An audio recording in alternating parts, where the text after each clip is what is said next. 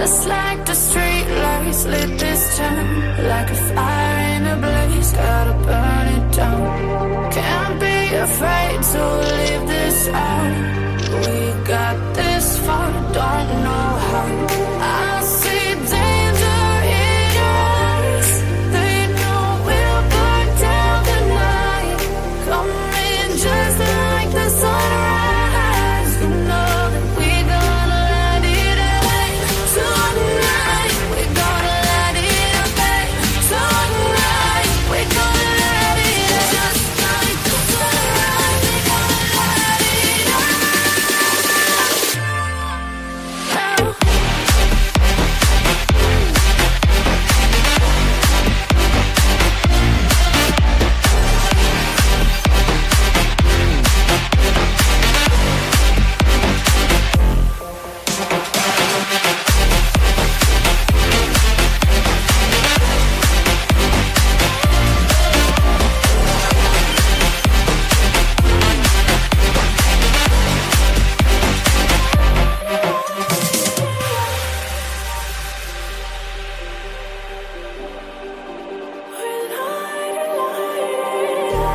Just like a spark that's breaking out.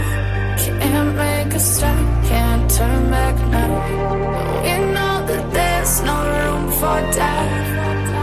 No, we can't turn back now. I see danger in your eyes. They know we'll burn down the night. Coming just like the sunrise. You know that we gonna let it away.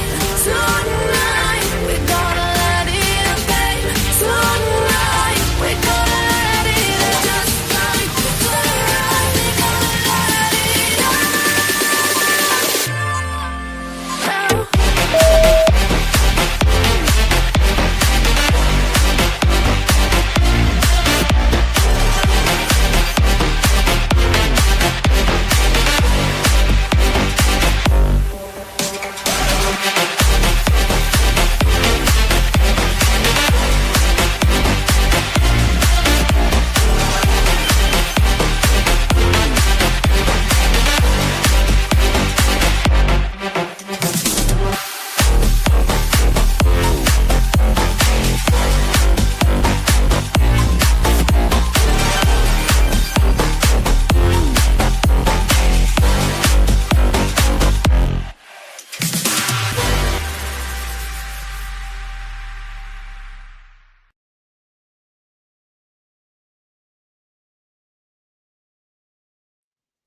Sorry about that, guys. Welcome in, everybody. Welcome in. Let me fix my iPad. I have it over here again, and for some reason, it's not working out as good as it worked out yesterday. So don't mind me if I'm messing around with it. But welcome in, everybody. Hopefully, you guys are having a great day. It is, what is that? The 10th. It's Thursday. You're almost off of work for the work week, if that's what you're doing, you know, the 9 to 5, Monday through Friday thing. But if you are, thank you for joining me today. Everybody, thank you for joining me today. I appreciate it so much. If you guys don't mind, just take a second, hit the like button. If you do appreciate the content, you can wait until you hear it. It's fine with me. My name is Tanya, or TitaniumBuilt if you are new here, so welcome in. Let's go ahead and see who's in the chat, and then we will start with today's live. I saw we had some people in here, a lot of our members. Hey, Catherine. Hey, Sirius. Hey, Ladybug. And if you'd like to become a member of our channel, we do members only lives, members only giveaways once a month. Just, you know, everything that other people do on their channel, pretty much. We do it over here. So if that's something that you're into, make sure that you subscribe, and you can do that by the clicking the pinned message at the top. Hey, Blazer, welcome in. Hey, DM, I don't know if I said your name or not. Hey, Susan, welcome in. Hey, Michael. How you doing, Ladybug? How you doing, baby girl? Hey, Victoria, thank you. Welcome in. We got Michael, we got Crystal, we got Petunia. Welcome in, everyone. Jackie, at Happy with a Twist Acrylic Porous Plus. Do you do acrylic nails? I don't think that's what it is. Acrylics pores. Is it cups?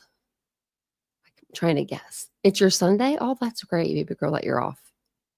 Hey, Tom. He said. Is it early for you? Hey, oopsie. Well, I did it early today, and I'm going to check my phone really quick because I thought that I was going to go. It said it was supposed to be all sunny this afternoon. So I thought, oh, I'll go to the pool before, Vincent gets off work, blah, blah, blah. Well, now it's raining, but it says it's going to stop in like 10 minutes. So we'll see. It's just a light rain, it says. So we'll see. I'm glad that you are. Hey, Dexter T. Okay, we'll go ahead and we'll get started. We're in like 5 minutes. Okay, we're 5 minutes. Usually like you got to be a certain amount of amount of time in before you start talking true crime things on YouTube, because then they don't want to put ads on your video, and that's not good. That's never good. But like I told you guys yesterday, I am putting together a documentary on this case, and that will be coming out after we get the discovery and we go through it and the case is, kind of concluded in a way.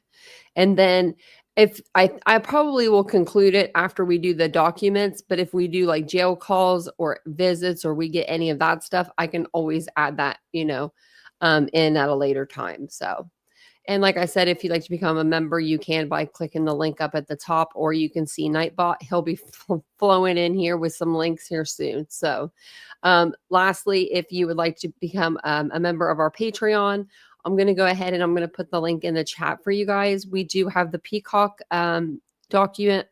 documentary over the Idaho 4 that just came out. We're actually going to go over that. So I want to go over that with you guys here soon. I'll let you know in a day advance or something. But I have to watch it myself still. So I'll put that link in the chat for you guys if that's something that you're into. I'll also be putting the docuseries that's coming out. That's 4 parts. And I think there is a 48 hours that's going to be coming out. So Nightbot sucks. Thank you, Ladybug. I appreciate that. Thank you for the super sticker. That's very sweet. Thank you. Okay. So remember how we were listening to the judge the other day, and he said for like 2 of the victims that they were human beings, and then the other 2, he kind of left that out. Well, in the documents, this is what it says, right? But there's a lot of people that are going around saying that Bryan made a confession and that Bryan signed a confession and this, that, and the other. Well, he kind of did not. No, not that we're aware of anyway. He could have. There could be another, it could be out there, but we're not aware of that. So what I think everyone is thinking of is this document, which is just the written factual basis. And that's just the one that we read over, not too long ago. And I did look through all of these and they're all the same. So there's nothing in here that says human being. It just says, I'll just read one of them for you, but it says murder in the first degree, which requires the following elements on November 13th, 2022 in Latah County, state of Idaho, the willful, unlawful, deliberate with premeditation and with malice and forethought, killing and murder Madison Mogan. And then the rest are all the same. Kayla Gonzalez, Anna Kernodle, and then Ethan Chapin. So those ones are all the same. So they're not, this isn't like a written, in my opinion, it's not, this isn't like a written declaration that he wrote, this is the court writing this and he just signed it at the bottom. Like there he is. He signed it with his fabulous signature. Hey, Sirius, I don't know if I said hi to you earlier. I think I did. Not a confession, no. Not something that we're looking forward to anyway. Actually, hold on 1 second. I got to take my medicine for this afternoon. Except for one. Sorry. I should have did this before the live. I just remembered. I'm trying to be good and keep track.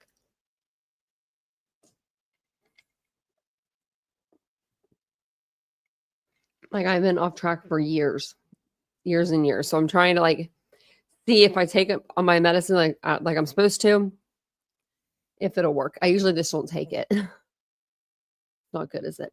So I saw this on Facebook and it blew me away. And I don't really want to show the before, but I have to show the before so you guys can see the after. So apparently Xana's mom has been getting clean.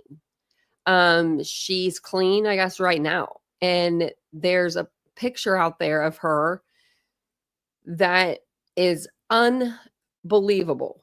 I mean, Zana looks so much like her mom when she's off of, the drugs. So it's just amazing how much different you can look. So if you guys remember, this was Xana's mom. Oh, sorry. Back probably, this was like early 2023 when she went in on Banfield for like her first interview. She was living out of her car. She just wasn't doing good. She wasn't doing well. And it was really, really sad. So this is her now. Like, there is a huge difference in this woman and in this woman. Like, I mean, I pray for her. I pray for her. I pray that she has that strength. She keeps that strength, I hope she just keeps the strength, because I think it's great. I think it's awesome. I'm proud of her. I am so proud of her, and there was a time where I was mad at her, I was upset with her. And it was just because of my, you know what I mean? Just, I was really upset that she just missed that time out with Zana, Man, it's crazy. So I'll tell you something about me. My father was an alcoholic and he broke like 6 ribs. Him and his friend decided to be stupid. They thought they could like do this thing together where they like, I don't know, one flips the other one over their back, like they interlock arms like when you're kids. Yeah, my dad tried to do that. And the guy, he just ended up breaking his ribs because he was just a small guy. Well, he didn't drink or smoke cigarettes for 2 days. And when we went in to see him in the hospital, he looked like a whole damn new person. He looked like his skin was a whole different color. Like it was dark. Like it was just like an olive color. And he looked good. He looked great. He looked great. But yeah, I mean, I'm so proud of Xana's mom. This is an awesome picture. This is hope, and I pray that her and Jasmine can, mend their relationship if she, as long as she stays clean. And I hope that they can, just somehow mend the relationship and keep it just, keep it going, I guess. I really do pray for them because she has that chance, she still has Jasmine and she can be there for her. So, after this, so I was going to go through like the non-dissemination order, but that might bore you guys, but I'll go through a little bit of it. How about that? And I'll show you this video. It has Jennifer Coffindaffer in it. I'm like, are you kidding? We'll just pretend like it's not her. Because this is the video I could find on the non-dissemination order. So I was trying to look up even YouTube videos. There isn't any, so maybe I need to make one. But the non-dissemination order in the Bryan Kohberger case, often refers to, the gag order. It was court issued and it restricts certain individuals involved in the case from publicly disclosing specific case-related information. It was initially implemented to protect Kohberger's Sixth Amendment right to a fair trial by limiting prejudicial publicity that could influence potential jurors. So the date that it was issued by Judge Megan Marshall on January 3rd, 2023. I was going to read through it, but it's 30 pages. And I was like, oh, we already read through it before. And I was like, oh, that's a lot. But we might have to read through that again. If something happens where they don't, give us the documents. And the order prohibited investigators, law enforcement personnel, attorneys, and agents of the prosecuting or defense attorneys from communicating with the public or media about the case. So the purpose of the order was just to kind of, keep the information and the disinformation and the misinformation at, like, they were trying to, I think, in my opinion, they were trying to, protect that. But with them doing that, it caused a lot more, in my opinion, mis and disinformation. It just really did. So they had an amendment on January 18th, 2023. And then they had a revision on June 23rd, 2023. And they just changed a couple things in there, and with like changed like scheduling and public and court documents. And then the Media Coalition did not appreciate that, and they don't appreciate that now. That's what we're going to read in the new documents. And yeah, there's just a lot more on it, but we'll go through that probably some other time. So the non-dissemination order, in conclusion, we'll just do the conclusion. Order in the Bryan Kohberger case is an order to control the flow of case-related information to ensure a fair legal process. So we'll go listen to this, and then we'll see. Are you talking about Jules? Hey, Boone. Really, Cuffy? I'm not. I'm hyper vigilant about everything else. You should see me outside with my dogs. I'm like this. Plus, when you're blind in one eye, you do that anyway. They say that you can form neck problems. I know this has nothing to do with the case. I was just reading your guys' chat really quick. Ember says cleaning but listening. Hello, everyone. Really? Why, Cuffy? I should really. I don't know. I thought about. I thought about with my second channel just really quick. I'm going to do like commentary, like over things. I want to do commentary over like funny kind of things though. You know what I mean? But I used to be really good when I first came on. When I first came on the platform, I used to, like with this case, when I saw misinformation, I would just like tell you guys, and I would like show you and do all the things. And I kind of miss doing that. And I was sassy about it too. So it was kind of funny. And I do panels. Yeah, I do panels. And anytime anybody wants to like come up and say something, you guys are more than welcome to. So I'll play this video. If you guys don't mind, take a second, hit the like button. I appreciate it. And we'll see where we go here.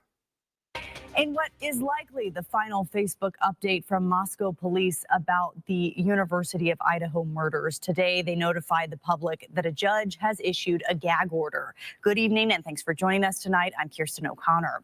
That order prohibits all investigators, law enforcement, and attorneys from speaking with the media or the public about the Moscow murder case. New on Nightside, our Rania Kaur spoke to a retired FBI agent who explains how this will impact the case moving forward.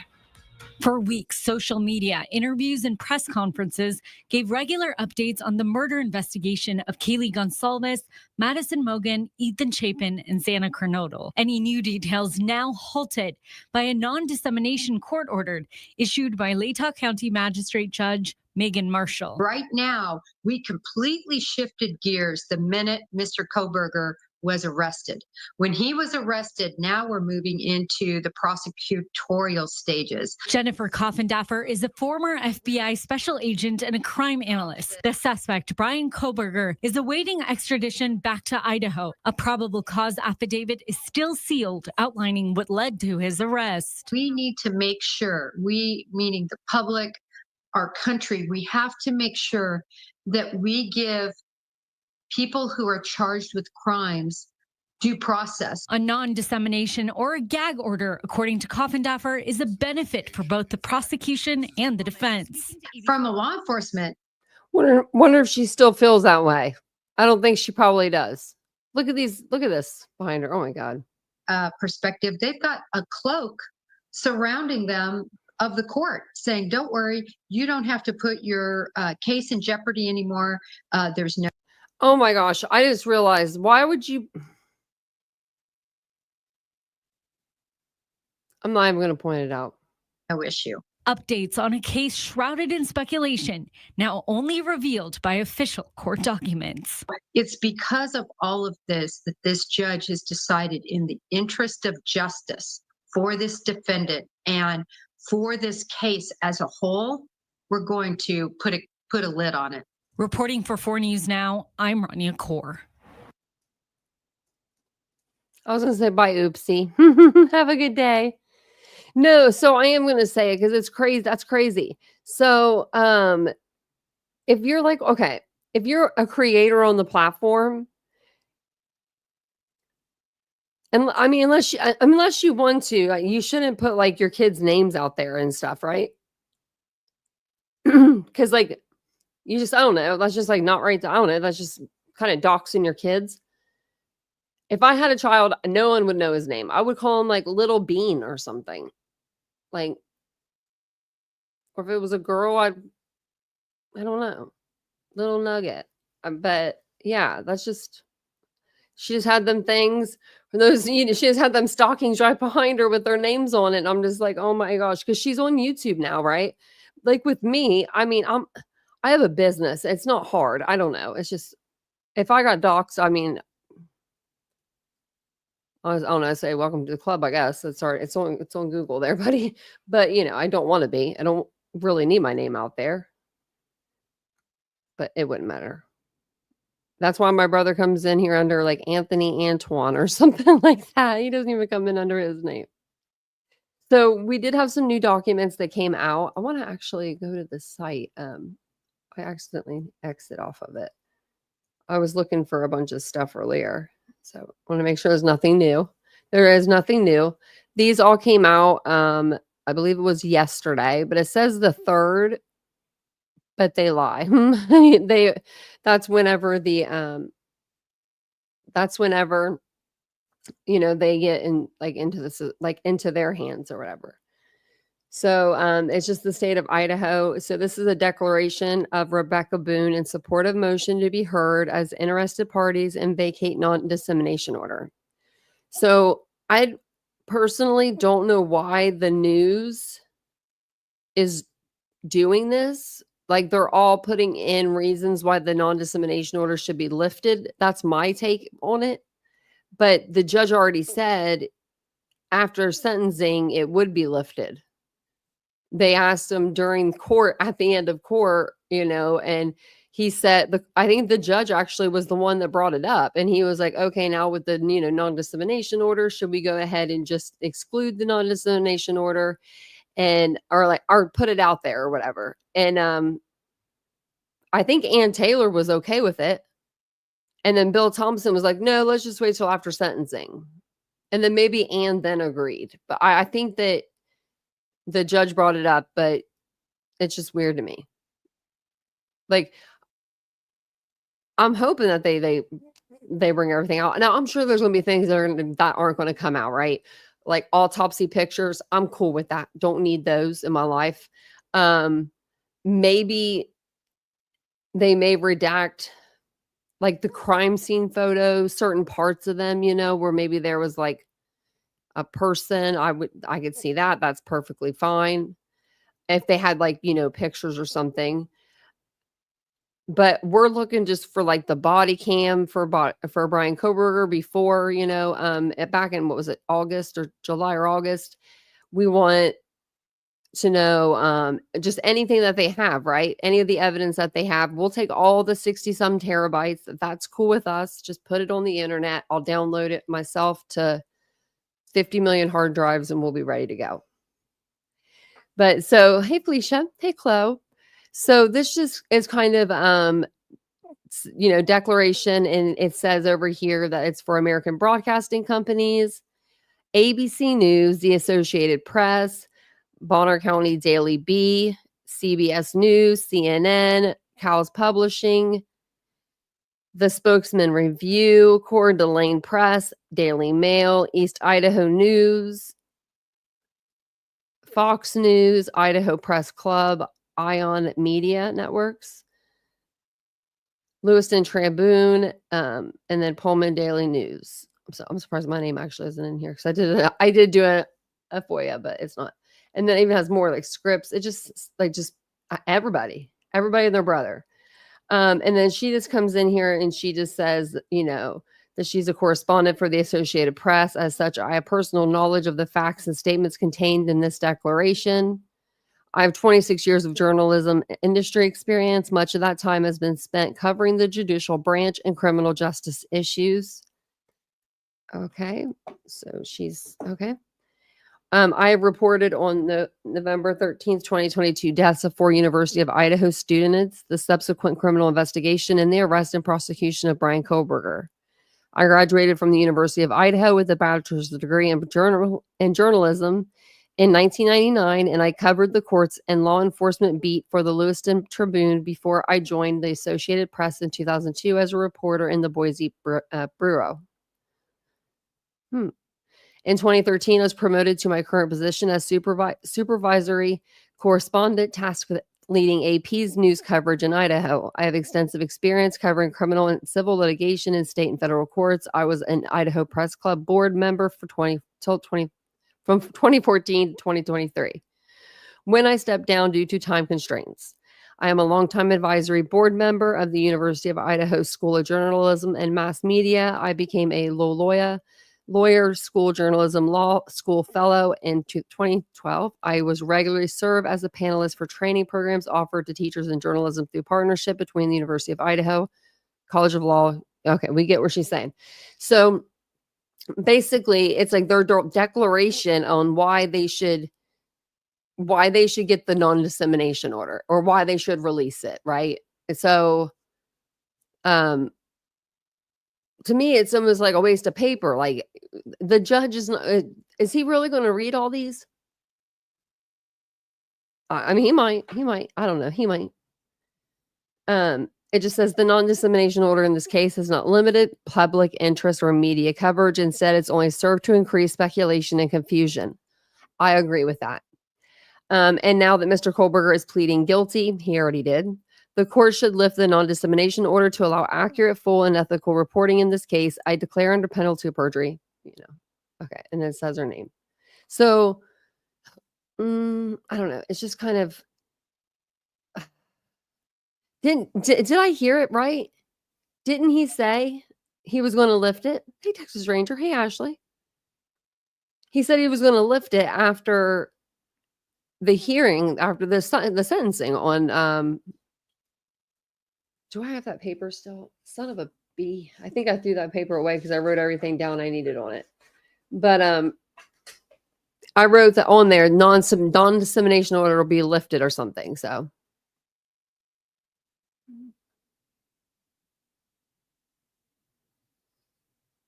No, I didn't. I did do a video on the Papa Rogers though. And I heard it's like coming back around, like a lot of people. Maybe I need to put that video. I mean, it's out. I wonder if I can I can put it on my page. Like on my YouTube page. It actually did very well. It did very well. Let me see.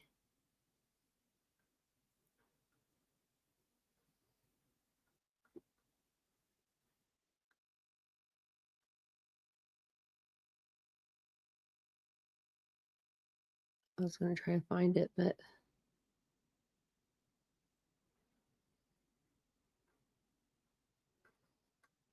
when did we do that? Oh, there it is. So we did it May 20th, 2025. And okay. Here's the link if anybody wants to watch that after this one. You can tell me what you guys think of it. You can tell me if I need to do a deeper dive. So this is declaration by Wendy Olson, same thing, and hers is 140 pages, but she slapped on a I believe the non-dissemination order or something like that. Exhibit A. Yeah. The revised. So it's the same thing as the first lady. Same with this. This is going to be, motion to be heard as interested parties and vacate non-dissemination order. And it's the It's the same group of people that we just talked about. Same group. On July 2nd, 2025, Bryan Kohberger pled guilty to the murders of 4 University of Idaho students and 1 count of burglary. Mr. Kohberger's plea sharply changed the Sixth Amendment, fair trial / First Amendment balance in this case. Mr. Kohberger will never face a jury to determine his guilt, nor will a jury have any role in determining whether the death penalty is the proper punishment. All that remains is for the court, not a jury, to impose a sentence, but even then, the parties have waived a pre-sentence investigation, and Mr. Kohberger has agreed that he will not argue for anything less than consecutive life sentences without the possibility of parole. Even before Mr. Kohberger was arrested, the court entered and has enforced a non-dissemination order restricting the individuals involved with the case from making extrajudicial statements. These non-dissemination orders have been predicated on a singular justification, preservation of Mr. Kohberger's right to fair trial.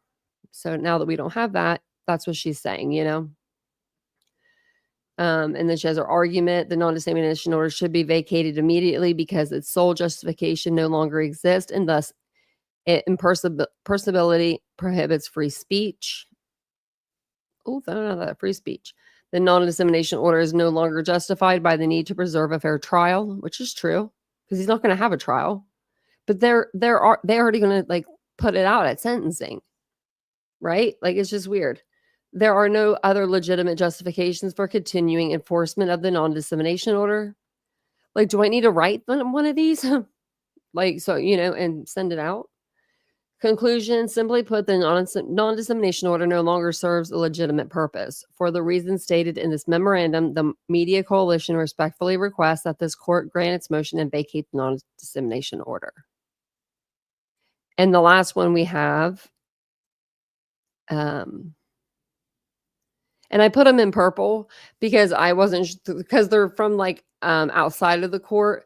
Normally I will put the defendant in blue, the prosecution in pink, and then court filings in yellow. And I'll usually have a banner that scrolls to let you guys know. I need to put purple in there. That way, if you come into the live and you're not sure which side we're talking about, you'll know by the, you know, the, I figured it would help people by the color. So it's the same thing. Motion to be heard as interested parties and motion to vacate non-dissemination order. So it's not the same thing. It says, on July 2nd, Bryan Kohberger pled guilty to the murders of 4 University of Idaho students and 1 count of burglary. Mr. Kohberger's plea sharply changed the Sixth Amendment and first trial / First Amendment balance in this case. As the request of the state with the agreement of Mr. Kohberger, the court left the non-dissemination order in place until Mr. Kohberger's sentencing, which is set for July 23rd, 2025. Okay. However, the non-dissemination order and its infringement on the First Amendment rights of the media is no longer justifiable and should be vacated immediately. Thank you, Cuff, for becoming a member. Actually, you were a member, weren't you? You just leveled up, I think. Membered up. I don't even know what it's called. Upgraded. Thank you so much. I appreciate it. Thank you. Yeah, that is weird. You must have been here longer than a month. Hey, Groovy Nikki. What'd Ashley say? I like hearing what Ashley says. Do you think that, like, hey, Betsy, do you think that, what's going on, Betsy? I didn't see what someone said. Hey, Maga Mama. I was going to say something about Betsy's comment too.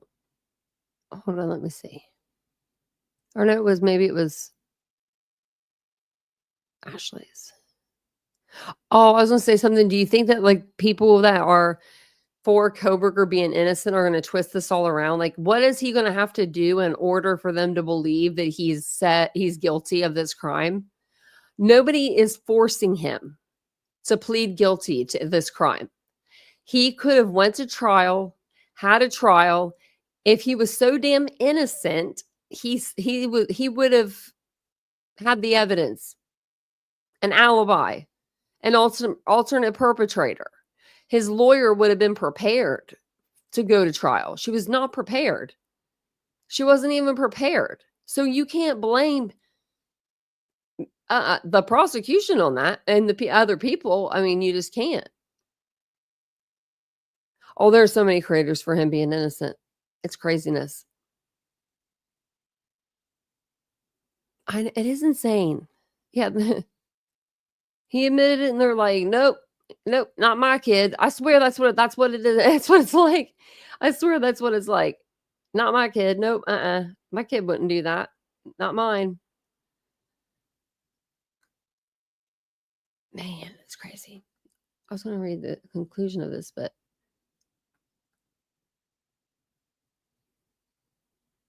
it says the media coalition further requests the opportunity to present oral argument on this issue at the court's earliest available opening.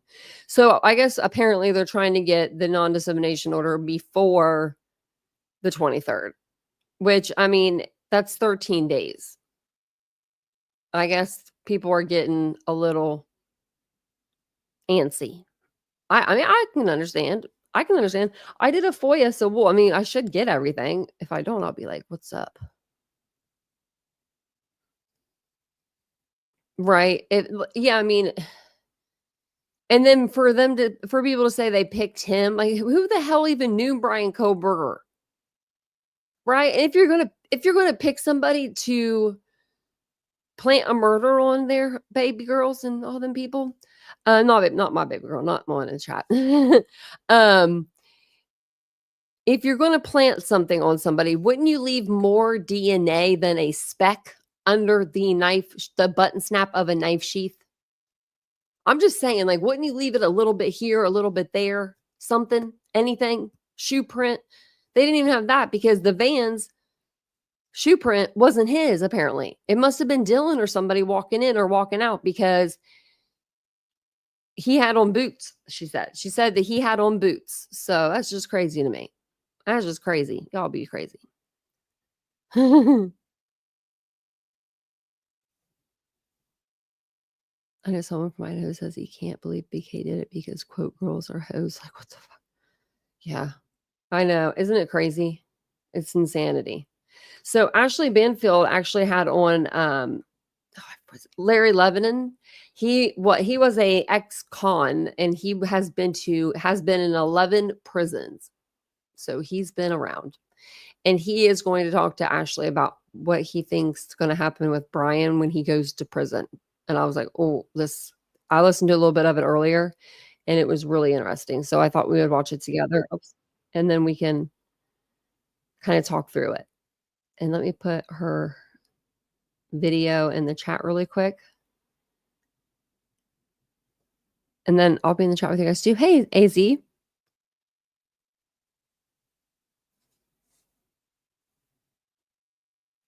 Right. Yeah. I mean, it's just, if I was going to plant something, right, I'd probably leave the murder weapon. Or if not, if you want to be like kind of sneaky and leave like the sheath, you know what I mean? I'd probably leave my DNA on like the button snap, like the front of it, or maybe like on like my fingerprints on it, something like that. I don't know. I would love to have somebody that's like for Bryan Kohberger. I'd love for them to come up and no, I don't want to argue. I don't want to argue. Okay. So I'm going to go ahead and play this. If you guys don't mind, take a second, hit the like button, subscribe to the channel if you're listening and you haven't already. If you're watching on a replay, I appreciate you guys watching on a replay. I have not been able to stop thinking about Bryan Kohberger's new life. I get it. It's not like he hasn't already been locked up for the last 2.5 years. However, I will say this. Things are very, very different, both physically and mentally, when you get sent away to a state prison or a federal prison for the rest of your life. It is very different. There's so many things that I've learned over the course of my, I don't know, 3-4 decades, who's counting, in this business. But when I met Larry Levine, I started to learn way more than I thought existed about prison life, because Larry has lived it. He's been in 11 different institutions. And he took his knowledge when he got out, and he did what we all hope, inmates will do. Make something of your life, right? He did. He made something of his life. And he runs a business now where he trains people who are going to prison for how to be an inmate, right? How to get through the system, what to expect, what not to fear, what to fear. Like the Martha Stewarts of the world love this guy because they don't know what's coming, and Larry knows. And so Larry has a business called Wall Street Prison Consultants, and he has written a couple of books, very good books. His latest one is Prison Politics 101, Mastering the Art of Survival. The book before that was Lies My Lawyer Told Me. And when I thought about Bryan Kohberger's new life, post admitting and confessing to his horrendous murders of those 4 kids in Idaho, I wondered, what's it going to be like for him? Not only day to day, but day one, night one.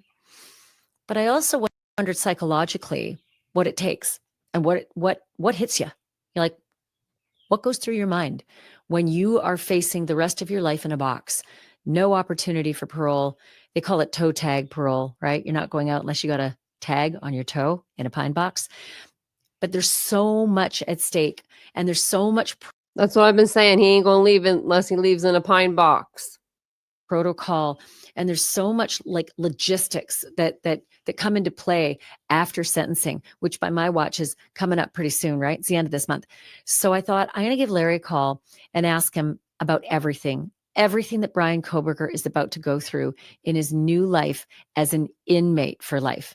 And here's our conversation. Larry, if there's anybody who can lay out for me what Bryan Kohberger is about to face just on day one, just on the transfer date when he goes from the county jail to a state prison, walk me through day one. All right. Well, they're going to grab his ass out of the county jail, probably at dark 30, whatever time, put him on a transport bus. Maybe there's some other county jail inmates going to state prison. His whole way there, anxiety, his heart's going to be beating. He doesn't know what to expect. And remember, where he's at now is a county jail. It's a detention center. Well, prison is an entirely different world of its own. So as the bus is rolling down the highway and he gets closer and closer, his anxiety level is going to go up. Finally, Does it really? You know, you can feel that? Oh, you know that it's getting closer? Ash, I've been in 11 different prisons, remember? I know what goes through your head. Yeah, you can see it from a distance because this is a maximum security. He's not going to a kiddie camp somewhere. So good mile away. I mean, you're going to see the wall, the fence, whatever it is. My dog is going to snow loud, but I need some cool shades. I'm about to go grab my sunglasses. And as you get closer, that wall is going to get bigger and it's going to get taller. And he's going to realize I'm going to be here for the rest of my life, which I don't think will be that long because I think somebody's going to kill him probably. But he's going to know that that's his new home for the rest of his life. He said someone's They're going to bring him in. They're going to strip search him, make him cough. They're going to look up his butt, make sure he doesn't have a machine gun in there or anything. And then they're going to bring him into what's called R&D, receiving and discharge. They're going to fingerprint him. They fingerprint everybody because they have to make sure it's really him, even though they know it's him. They'll fingerprint him. They'll take his picture. They'll give him an ID card. And they're going to run him through orientation where they're going to talk to him about the institution. They're going to give him some uniforms. Probably, I'm saying probably because I've seen it different ways at different facilities. They're going to give him a physical, find out what kind of medical condition he's in. And it'll probably be the quickest physical he's ever had in his life because they're not going to run through a bunch of things. But they'll do that. Well, what do they do? Oh, yeah. Tell me. What do they do? What's the physical? What are they going to run them through? Okay, well, they're going to check your heart. They're going to check your blood pressure. They're going to ask you if you have any medical conditions. They're going to look in your ears and your throat. They're going to look in your nose. They're going to ask you if you have problems going to the bathroom. Are you constipated? He'll probably be constipated when he gets there just from nerves. They're going to run him through like a whole checklist, just like you went to the doctor. They're going to run, or anybody, they're going to run through all this, and they're going to determine what his physical condition is, because he may end up having a job. I say may, because they may have him in isolation a lot. Larry, maybe. Yeah. Is it like a medical exam room that we all go into for the physical, or is it something very frightening and clinical and gray? Well, okay. It's like you're going into a medical exam room, except they don't have all the shit along the walls. They've got a door that locks, and there's a place for a cop to sit there with the nurse or whoever. It's like a sparse room, but it has an examination table on it. So it's very, very brief. He's not really going to be left alone in there. Although I suppose if they had to, they could use it as a holding cell. But they'll run him through this, and then he gets to meet the shrink. That was always my favorite part, because I'd fuck with the shrinks endlessly. So he's going to meet the shrink, and they're going to ask him, do you have problems sleeping? He's going to say, yeah. Do you wet the bed? Do you have bad dreams? Do you want to kill anybody? No. I loved it when they asked me, do you want to kill anybody here? And I go, where? Here? And I'd look around the room. I said, well, I don't see anybody here I want to kill. She goes, would you tell me if you were going to? I go, no. But anyway, so they'll run him through the psychological test. They'll run him through the medical test. Then they need to classify him, which is actually pretty easy to do because he's never fucking getting out. So what's really to classify? Gee, they may PC him. You know what PC is, protective custody. Mm-hmm. Protective custody. Well, my sources within the inmate rumor mill say that, the families are upset that he took a plea and they're not going to kill him. Well, the rumor is among people that I know that he's going to get some jailhouse justice. You know what that is? Yeah. Well, I know what I think it is, but you give me the real story. Jailhouse justice means that someone's going to kill him in there. Somebody's going to want to take a name. First of all, the majority of these people, Ash, they're never getting out. They're not. They're serving life sentences. They're serving 30 years. They're not really getting out. Okay, what are they going to do? They can't lock them up again. So somebody is going to want to get a name for themselves. That's what I said. They'll put out a hit on him. They'll kill him. They'll get a lot of. That's what I said.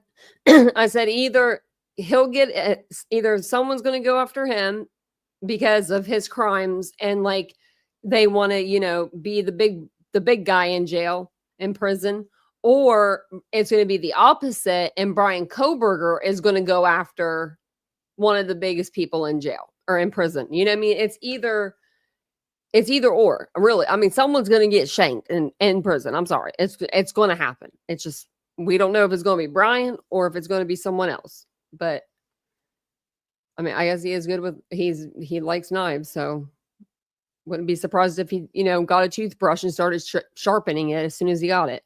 What's called street cred for doing that. A lot of respect.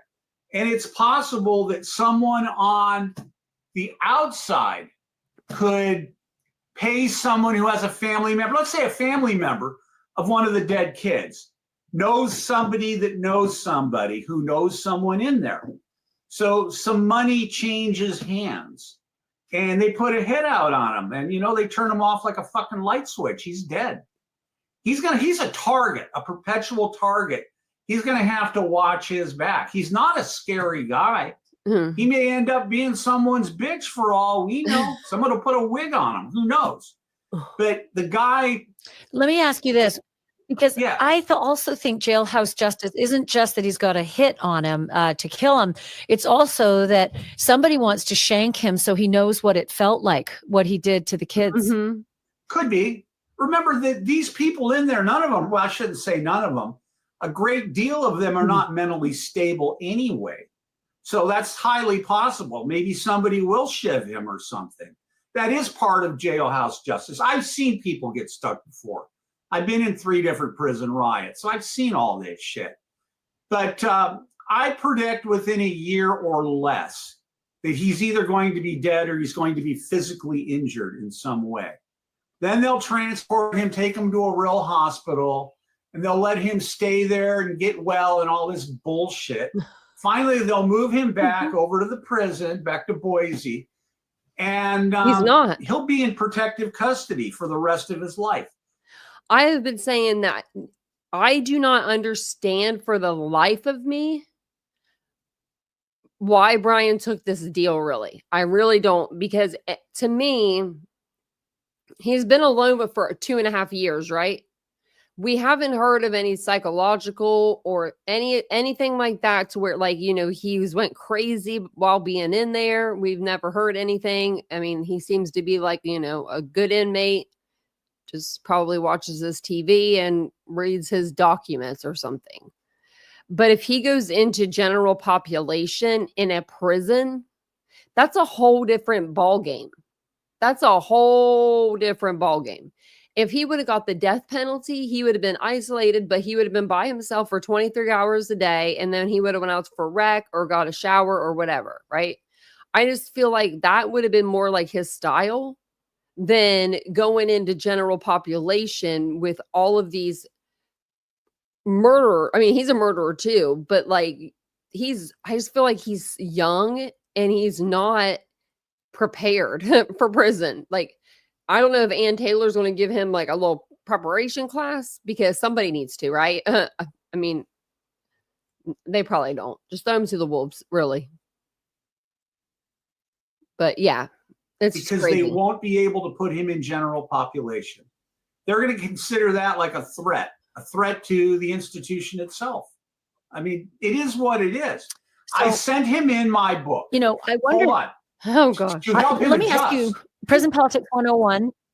Let me ask you this, Larry. And by the way, everybody, Prison Politics 101 is just one. I already mentioned this in the intro, but it's one of Larry's books. He has another one, Lies My Lawyer Told Me. He's got a whole array, all great reading from somebody who's lived it, walked in the shoes. But Larry, I thought if he were on death row, look at her necklace. I think it's a smiley face. He would effectively be sort of in PC. Well, he's not on death row. So what kind of PC would he be in, considering he's so high profile, but he is a lifer? He's a lifer. So they're not going to put him on death row, but they have, even within a maximum security facility, death row sits by itself because those people have limited contact with people. They're not going out to the yard or anything. I mean, there's a possibility that Kohberger can go out to the yard with a bunch of other lifers, a bunch of other people serving 40 years. He can. But putting him in PC means that he's going to be living in a cell. Essentially, imagine living in your bathroom for the rest of your life, and you're only getting out a few hours a day or a few hours a week. And you're going nuts, and you're living. I don't know if they have TVs in there or not. I could probably do that. But the only solace you have is maybe your knockoff Sony Walkman radio or something. You're reading. He's reading my book, whatever. He has an iPad. Magazines, newspapers. He's been there. So he's going to have a hectic life. This guy's an older guy, okay? I mean, this guy, I think he's been out of the game too long. You know what I mean? They give you commissary now. You get to play on those little, like, you know, the commissary computers. I don't know if you've ever seen them before, but where you order your commissary through, there's a way, I can't remember how, but there's a way that you can put messages in there and then other inmates can see them.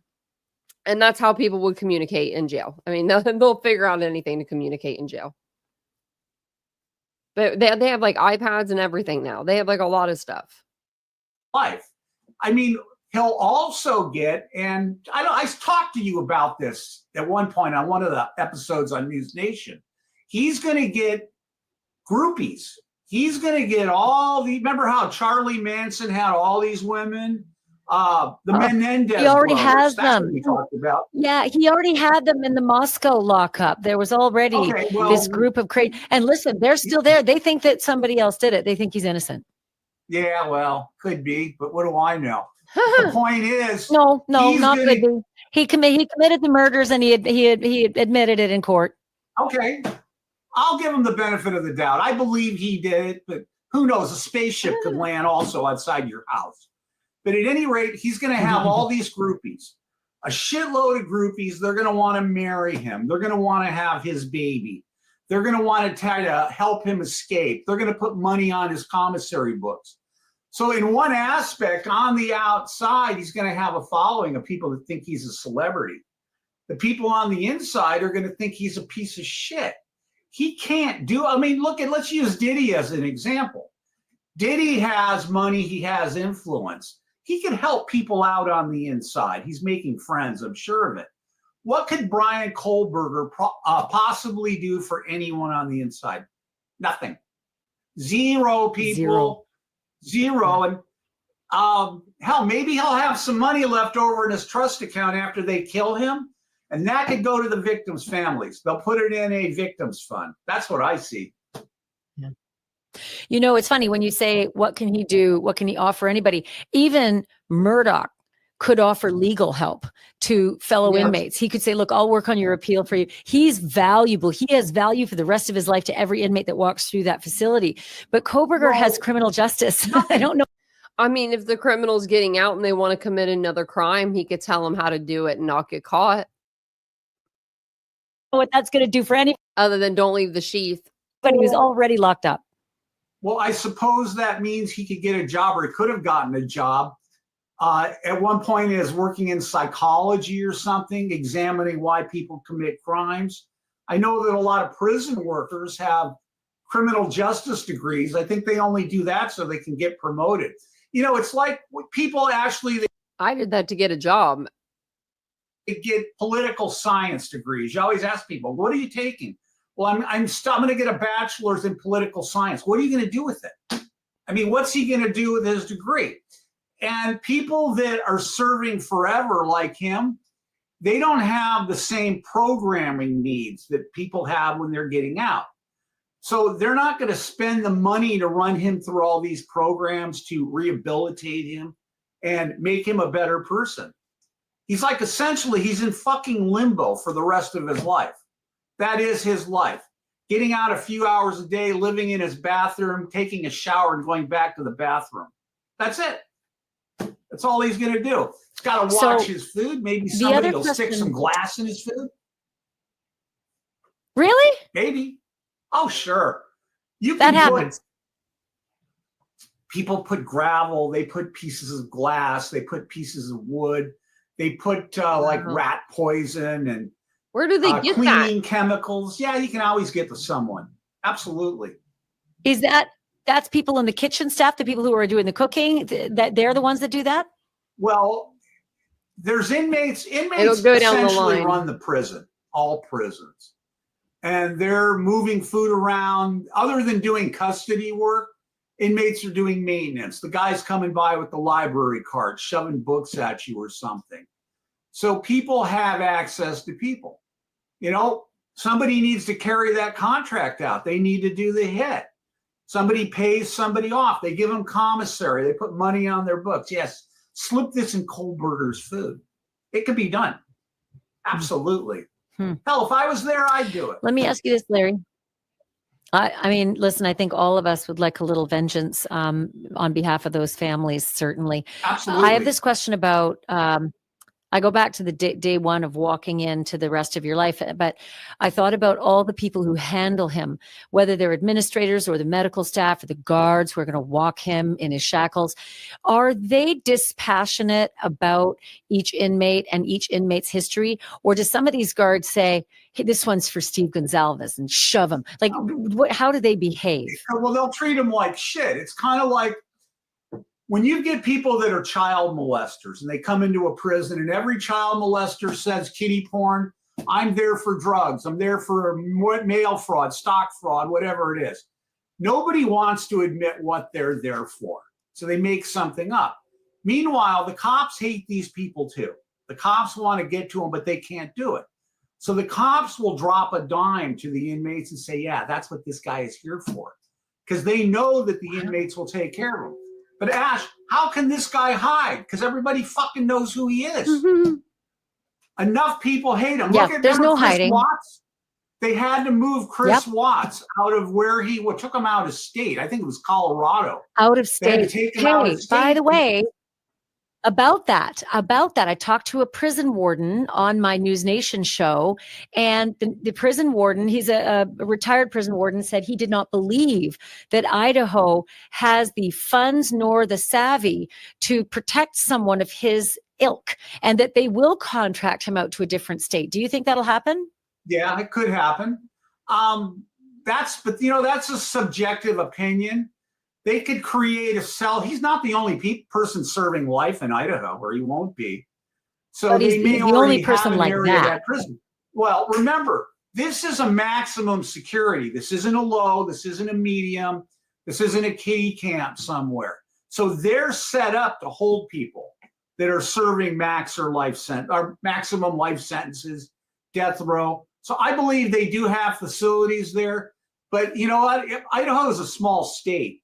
So who's to say that some of these correctional workers don't have family or know people that know the parents or know the family of these dead kids?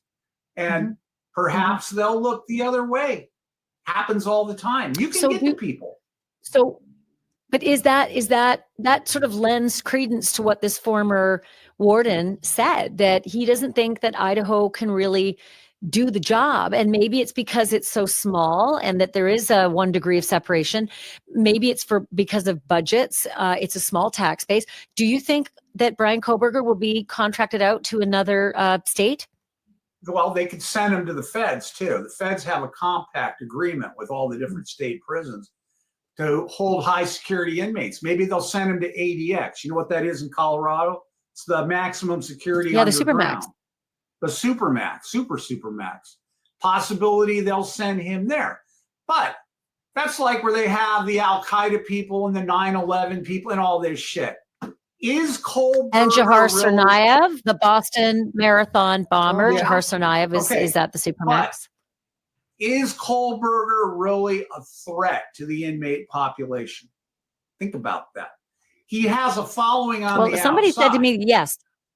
Somebody said to me, yes, because what's he got to lose? If he's enjoying what he went through, maybe he wants to do it again and somehow come off with the perfect in-house murder in prison.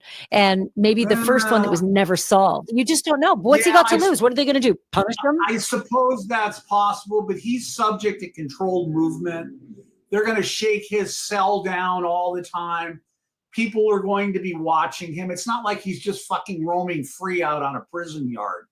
That's really where that kind of stuff would happen, where you're cornering somebody in the showers. What you do is you take like a pair of socks and you put a pair of socks. You put some padlocks in, then you put some bars of soap and boom, you bounce it off his head, split it open like a watermelon or something. Whoa. But he's not going to have the type of freedom essentially for that to happen. Could it happen? Sure. Is it likely to happen? No. So I get this image as you're saying this, and I'm thinking, I look at Kohberger and his psychosis as like Hannibal Lecter. He's very bright and manipulative, conniving, strategic. And I almost think that this would be his lifelong puzzle, how to pull off the next perfect crime. And I wonder what it will be like, therefore, for the prison guards. Do they enter his cell differently than someone else who is not quite as bright, is just dangerous generally? Okay. This guy's dangerous in a strategic way. Okay, they have protocol when they enter a lifer's sentence. They've got a little hatch, a lifer's cell. Hatch. What's that? So we'll start that again. Okay. On the door of the cell, I don't think it's going to be bars. It'll probably be a steel door. That's what they're going to. There's a metal hatch. It's a horizontal hatch where they could shove a food tray through. But what they'll do is they'll have him back up to the door with his hands behind his back. And they'll reach in there and they'll handcuff him before they take him out. So and that's protocol for someone serving a life sentence or on death row. So they'll pull him out and he'll already be restrained before he even leaves the cell. So, I mean, they'll have this guy under close control. I don't think they're going to put leg chains on him. It's controlled movement, completely controlled movement. Well, so he's not going to have a lot of alone time. That former warden with whom I spoke on News Nation said that he will be in leg shackles more than likely for all of his movements, hand and leg shackles for all of his movements. Well, where's he going to go, Ash? He's going to be shower. in a secured. He's going to be in a secured housing unit. The shower is within the secured housing unit. So if they've got the guy all shackled up, handcuffs and such behind his back, they take him over to the shower.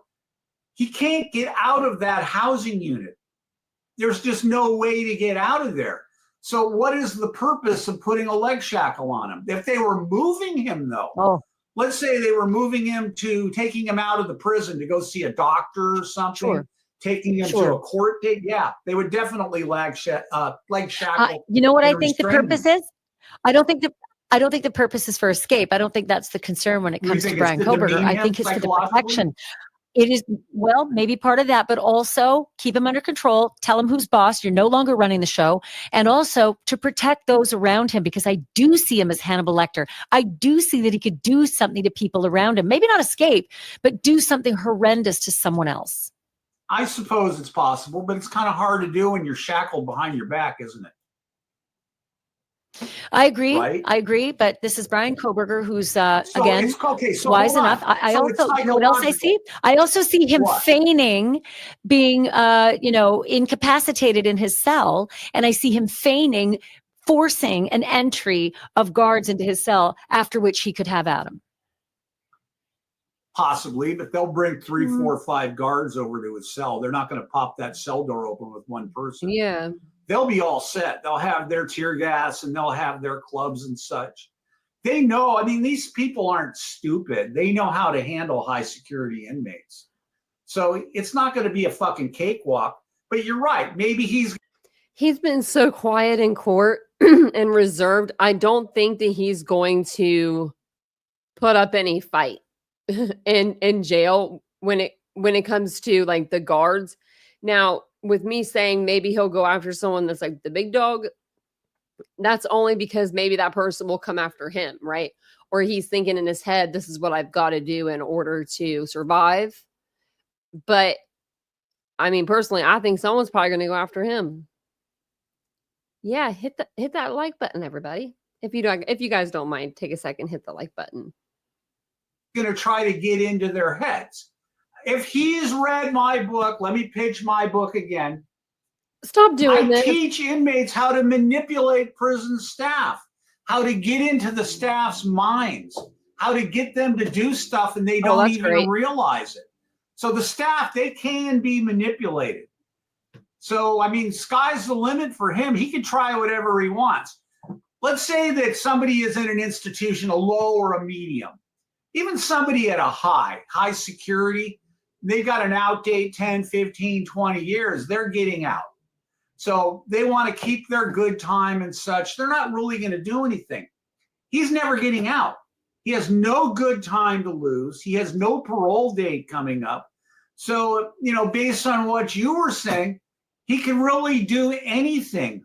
What are they going to do to him? Lock him back up, give him a life sentence, put him in the shoe? He's already there.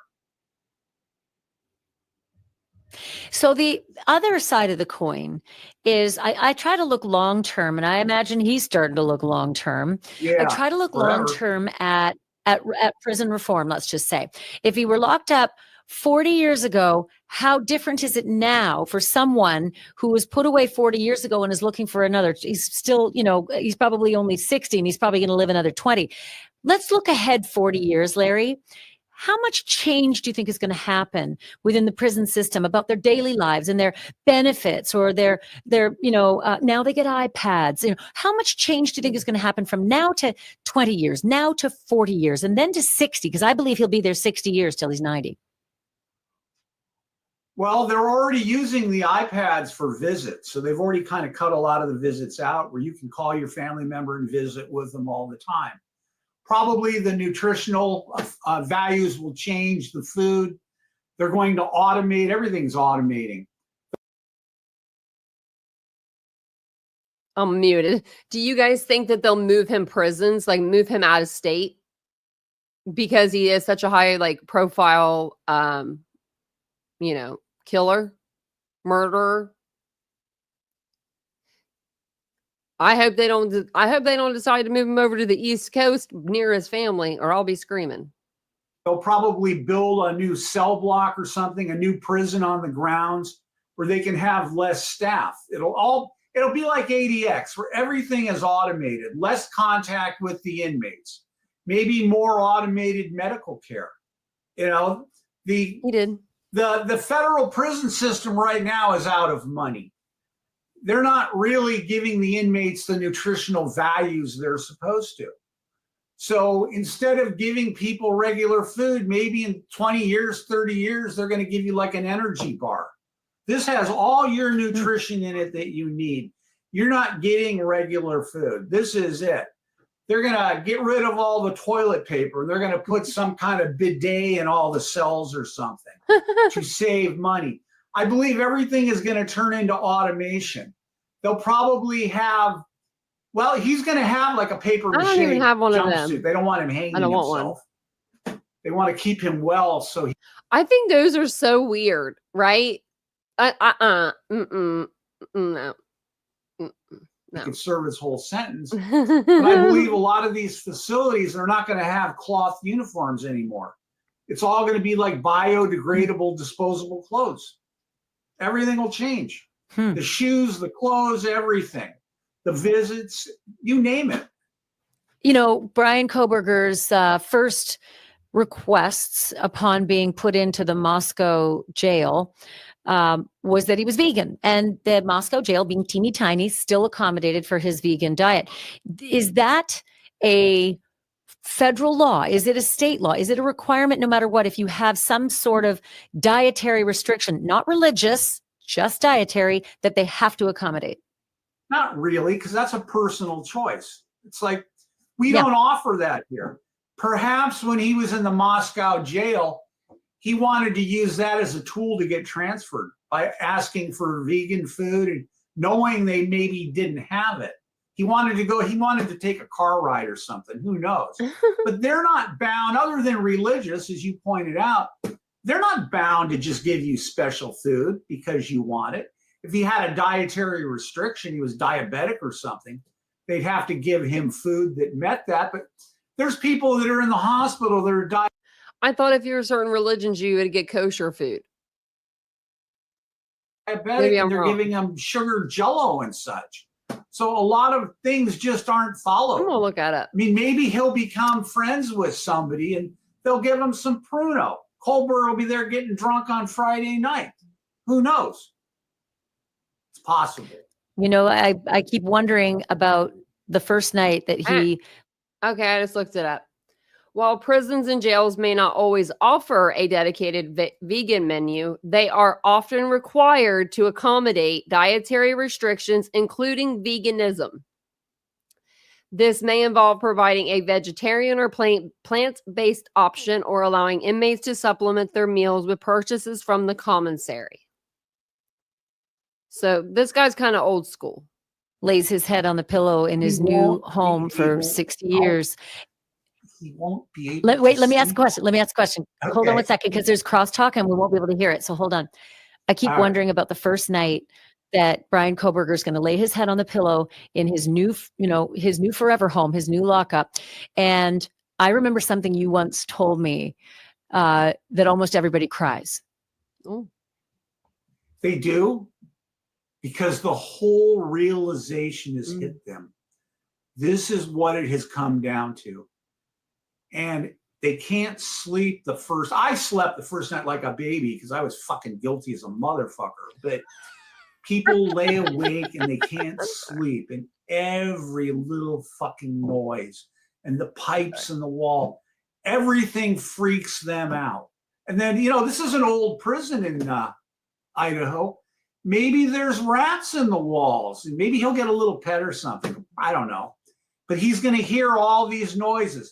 Then he's going to hear the other inmates. They're going to be assholes banging on the wall. They will. They're going to bang on the wall. They're going to fuck with him, and they're going to tell him they're going to kill him. They won't have any access to him. They just want to get into his head and fuck with him. I've seen it several times. But this will all come to a head. If he's not on psych meds now, he will be. Give him a couple weeks. But that's one of the things they're going to ask him when he goes through R&D, receiving and discharge, as far as like being depressed and such. So maybe they're doping him up now. I had a problem for a while sleeping, and they gave me something called dioxapen. And I took it a couple times, but I had a problem after I did. And I used to play a lot of chess in there. This is before I was sentenced. And it fucked with my head. I didn't engage. I couldn't play chess anymore. I couldn't think. So who knows? Maybe our friend Kohberger will be a fucking zombie or something. It's possible. Oh, but go back to that first night, because I do remember you telling me you could hear inmates crying, and the psychology of that, the fear and the smallness of you just overtakes you for that first night. It doesn't matter how tough you are. Doesn't matter who you are. The whole realization that this is what your life is going to be like for the rest of your life. And you work your way through your life, almost like from the day you were born and you were a kid, right up to that point. And you realize life as you know it is over. There's no more birthdays with family, no more having sex with women, although maybe some dude will have sex with them, who knows. But there's no real relationships or anything. And he's got no hope. And that's what a lot of people, they live to see their families. They know they're all getting out. So a person serving a life sentence their first night in there, it just completely fucks with their head. You know, maybe he'll try to kill himself. It's possible. It's a scary thought. If it was me and I got a life sentence, and I mean, I've never done what he did. If I did today what I did back in the 90s that got me locked up, they'd weld the cell door closed. You know, I'd never get out. But if I was looking at 4 life sentences or something, I would just tell them to give me the needle. I'd say goodbye to everyone. Wow. You know, I got a case. And he doesn't have that choice now, right? He doesn't have that choice, Larry. But county to get COVID, I thought I was dead. I told everyone I had a good run. I'll see you on the other side. Larry, let me ask you this. Yeah. Bryan Kohberger has no more choices left. He doesn't get to choose anything anymore. And I wonder, you touched it, maybe he'll try to kill himself, but what's the likelihood? And when will they start backing off watching for that? Like, they'll do it in the beginning, right? They'll watch you carefully. Suicide watch is probably a likely thing in the beginning, but when do they start backing off that? They're really not going to. Because remember that a lot of these psychologists, they're contractors coming in and they're getting paid for every little fucking thing they do. So they'll constantly be checking on him. They're supposed to write a report on him, what his mental state is. I think that's a requirement of people on death row. Well, people serving a life sentence, but then look at Epstein. They were supposed to check on him every, 2 hours or something, and they didn't do it. So some things with Kohberger will fall through the cracks, but this guy is going to be evaluated and watched for the rest of his life. And Bryan Kohberger's world has changed, and it's going to change even more, I don't know, by August when they move him to wherever he's touching down. Maybe he won't even go to the maximum center there in Idaho. Maybe they'll take him right out of state. Maybe. Larry, I can't thank you enough. You know how much I appreciate this insight of yours. There's nobody who knows the inside better than you and can really convey it to everybody who hasn't walked in the shoes and may never walk in the shoes. And let's just pray for everybody watching that they don't end up walking in those shoes. Larry, thank you so much for this. Okay, Ash, good to be with you. Let's pray somebody kills that bastard. Oh my goodness. Oh my. I can't believe he said that. Oh my goodness. Look at him. Oh, look at Ashley's face too, though. Oh my goodness. Let me see something while we're on here. Did I see Mary Beth in here? I could have sworn I saw her name or her.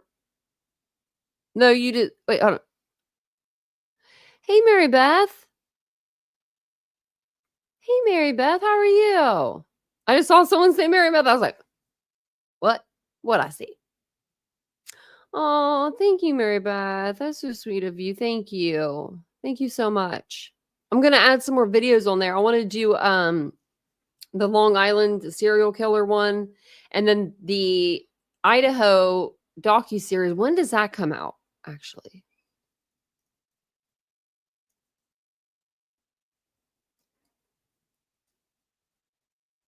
Let's see. It's called One Night in Idaho, and it's set to premiere July 11th. So tomorrow, I will put it. It'll be on there by the 11th or the 12th. Like, I'll make sure, like, if it comes out on the 11th, I don't know when it comes out exactly. Do you guys know, like, when Peacock releases new stuff? Because I don't, but I have it. But I can put that on there for you guys. And then, so what we'll do is, let me write this down. Let me go over to my Patreon, because I forget. I forget what it's called. The first one we did. Okay, so the Idaho murders, the Peacock documentary. It's called the Idaho Student Murders. That one's already on there. That one's already available. What was I going to say? On our next live, we'll go over this. So I'll watch this, and then it'll be tomorrow. So it'll be tomorrow. That way we all have a chance to go and watch it if you guys would like to watch it. Let me get the link for the Patreon again. I don't know why this link is so long, but it is. I'll have to figure out a better link to give you guys. But that's the Patreon link if you guys want to, go over, if you want to check that out, the Peacock documentary. I just can't put it on my YouTube because they'll just strike me and it'll just be taken down. So we have it over there on Patreon. I'm also going to put, at least, I'm going to try to do at least one thing every week for you guys over there. Maybe more, stuff that you guys can watch that's not available on YouTube. So like, Peacock, Fox Nation, that type of stuff. I wonder if I still have Fox Nation. I should. Let's see. Yeah, I still have it after all these years. So we might have to do like a Nancy Grace thing with her with the Idaho 4, because there's a lot of her stuff on here. I don't know if there's anything new.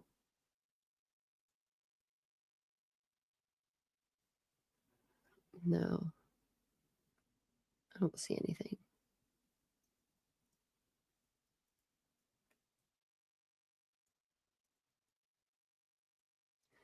Let's see if there's anything good. Oh, wait, there is something new. Yeah, this just came out on the 6th. How long is it? I don't want to sign in with my TV provider. I want to sign in with my name. That's weird.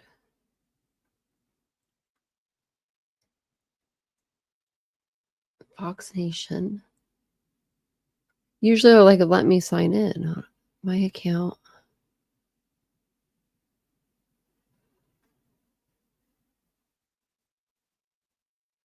Maybe I paused it.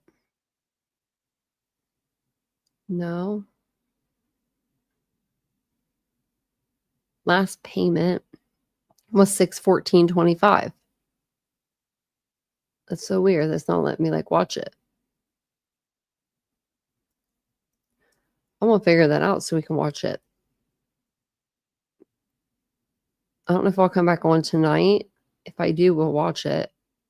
Just try, oh, is that gonna help me? No, it's not. I did it. Okay, finally. Oh, it's 41 minutes long too. Who's that?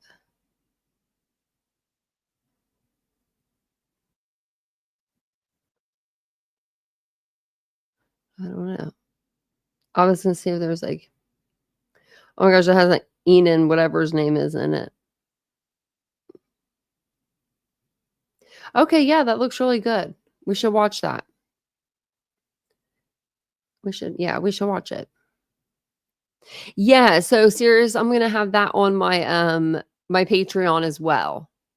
And then True Crime Lullabies was amazing. She's amazing. She bought me the James Patterson book that's coming out. And I think she said that it'll be out, I think it's out the 14th. And then she said, I think I'll get it like Monday or something like that. So I thought that was really sweet of her. I'm almost I've been reading the other book she got me down at the pool. I have a little reading nook in my room and it's so cute, right? It's so adorable. It has like a cute little chair. It's got like just the pretty aesthetic to it. And I never sit there and read. I'm going to start doing that. I think I'm going to start trying to do that 1 hour, like 1 hour or half hour every evening.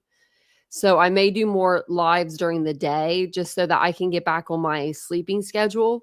Last night I took my sleeping medicine at like 10 o'clock. Vincent was like, "You're going to sleep early." And I'm like, heck yeah, getting my sleeping schedule back. But then I woke up at 7 a.m. and I was like, oh, what am I going to do? Because I used to wake up every morning. I used to wake up between 1:30 a.m. and 6 a.m. when I was like, was going through this stuff with my arm and my hands. And so now if I can sleep in, I'll sleep in. Like I don't sleep in past 8 o'clock, but maybe 9, but I'll take it. You sent me an email, Pete? Okay, I'll look at it.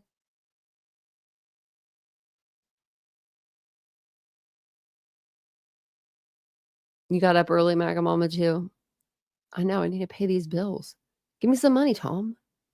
I need to pay my bills. I'm just kidding. I'm just totally kidding. I'm totally kidding. Yeah, Debbie said, give Tanya a thumbs up if you haven't yet. Mary Beth, I was telling Vincent about your new job. Oh, wait, did you gift memberships? Oh my gosh, thank you so much. I didn't even see that until I looked up at the top. Thank you, Mary Beth. That went right by me. I didn't even see who got them. Oh, where am I at? I'm over here. Let's see. If I can go back and look. Felicia, Unsilent Bob, Leslie. It's always people that's in the chat usually, Pretty Hate Machine got it, and Zip. I'll gift out some memberships. Even though we didn't get to 100 likes, I'll still gift out the memberships. We got close. We got 83. Okay, we did get closer. We got closer. If you haven't hit the like button yet, hit the like button. Maybe it'll improve your chances of getting a gifted membership. I don't know. Mine's turned off, my gifted memberships, because I like to spy, I like to be sneaky, and I don't want someone to be like, boop, there she has a membership. So actually Vincent turned them off. He's like, you should turn these off. And I was like, you're right. So we turned them off. And but now I'm like, man, I kind of want to be gifted memberships in some of the chats. I think I actually gifted myself a membership in here one time.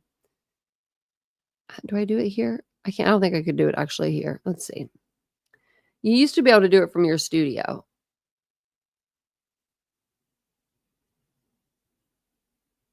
Nope.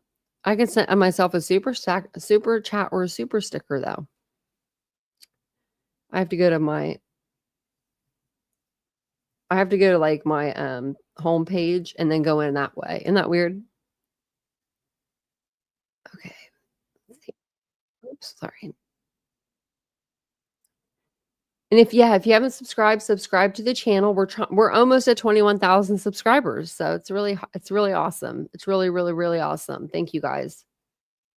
Okay. Let's go here. Oh, okay.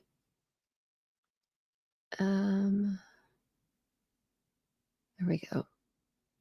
Isn't that the weird? It's so weird how you have to do it. I show you guys sometimes how you have to do it because it's just inconvenient. It's inconvenience. So who got some memberships? Net Detective, Legal Lacey. Oh, look at that. We need some legal people in our life. Extreme Blonde, Rhonda, and Benny Ray. Oh, welcome to our home, our family. Yeah, Pete, I'm ready to see that too. I'm gonna like I said, I'm gonna put that on the Patreon as soon as it comes out. So as soon as I can get it, you guys will get it. Yeah, I have like a little chatting box too. If you guys ever want to go over to Patreon and chat with each other, I believe that everybody can go in there and chat. Let me see. Where is it? Is it under community? Yeah, it is. Oh, Mary Beth, you did chat. Aw. I'm going to say hey to you really quick right here while we're on the chat or on the live. Okay.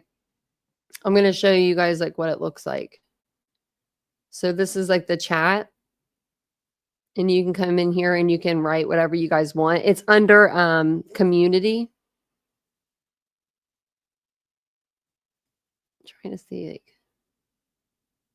And then and then you can even direct message me too, I guess. So, look at that. Oh, you can't. I didn't add it to the stage again. Look at that. I keep forgetting. But yeah, this is like our little chat area. I can edit the chat settings too. I don't know what that does, but someone's. If I said money, you fire my Nightbot. I'm gonna have Nightbot I'm gonna put your name in Nightbot. I'm gonna have a mess with you. I've done that before. This is cute. I forgot about this. Like this little part of it, you know? Like I mean, like it's a cute idea that, you know, it's kind of like almost like a Discord in a way. I'm still trying to figure out Discord. That thing it's kind of difficult. Thanks, Maga Mama. I appreciate it so much. I do appreciate it. We have a pretty good amount of members over there. Oh, here, let me put the link in the chat. You should be able to go to it there. You love Discord? I need to learn it better. Oh my gosh, it's just learning it. That's all. Debbie, more than Nightbot too. Did Nightbot ever time you out, Tom? I'm not sure. I think there might be new information in this other one. I'm not sure though. Is the Peacock one is when the kids speak, right? Or is it no? That's the docu-series when they speak. I get them all confused. But we're gonna read the book as well. Like I was saying, the James Patterson book when it comes out, we're gonna go ahead and we'll read that. It'll probably be a pretty long book, I'm assuming. But we read the other one that was like 200 or some pages. We read that in like a little less than 2 weeks, which seems like a long time, but it's really not. It's really not. Because we took some time off too. See, Citizen Sleuth, yeah, that's what I know. I need to teach people how to do Discord and to do. Thanks, Ladybug, and to do Patreon.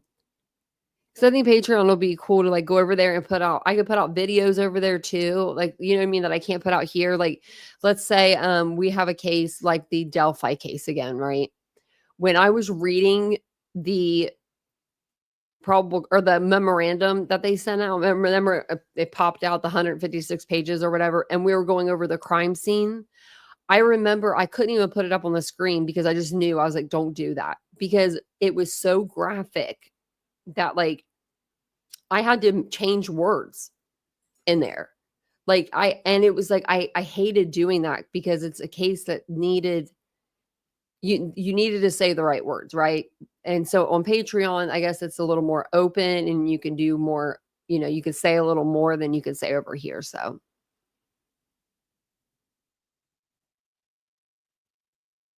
thanks, Mary Beth. I appreciate it. I do. I really appreciate it.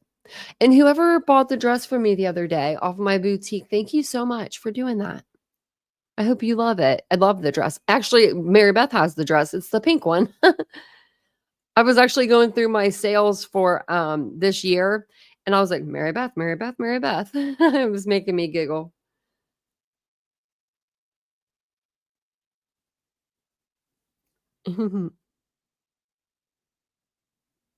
I know. I watched bits and pieces of it, Ladybug. I need to go back and watch all of it. I wonder. I can just put it on my TV, I think.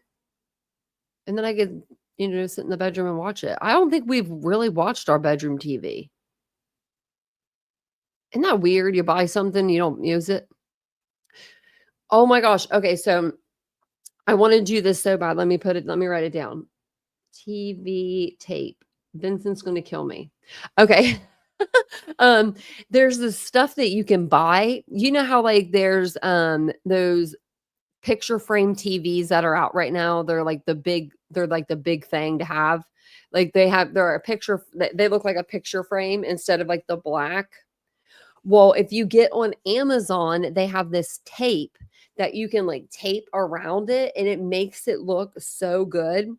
It looks so good. It looked like, I don't know how to explain it. I saw a girl do it. I think I want to do it to make it look like a picture frame. And then you just put like a pretty background on the TV. You know what I mean?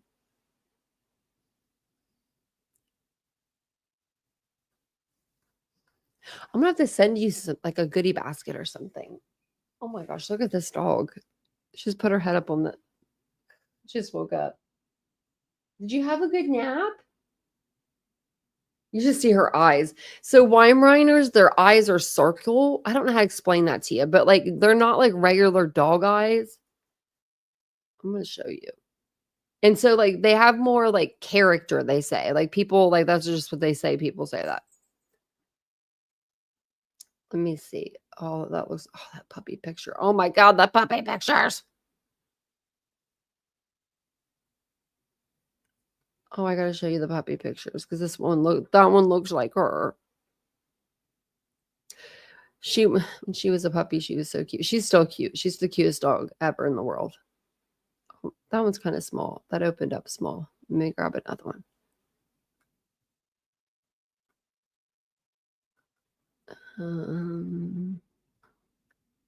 Oh, there's one with a big old turkey in his mouth. My goodness.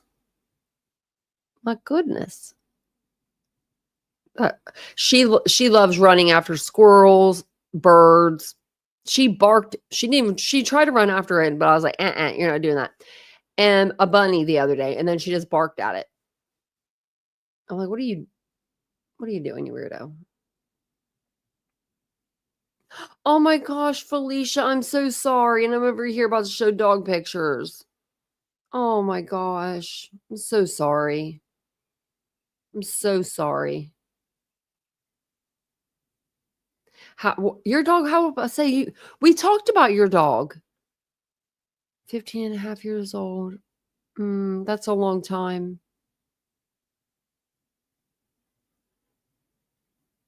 That's a long time. Yeah. Sometimes when they're old like that, you know when it's time, right? You know what I mean? Like just you don't want them to suffer anymore. We had a dog like that. And were you in there? Did you stay in there? I hope you didn't. Because it's terrible to be in there when they put the dog down.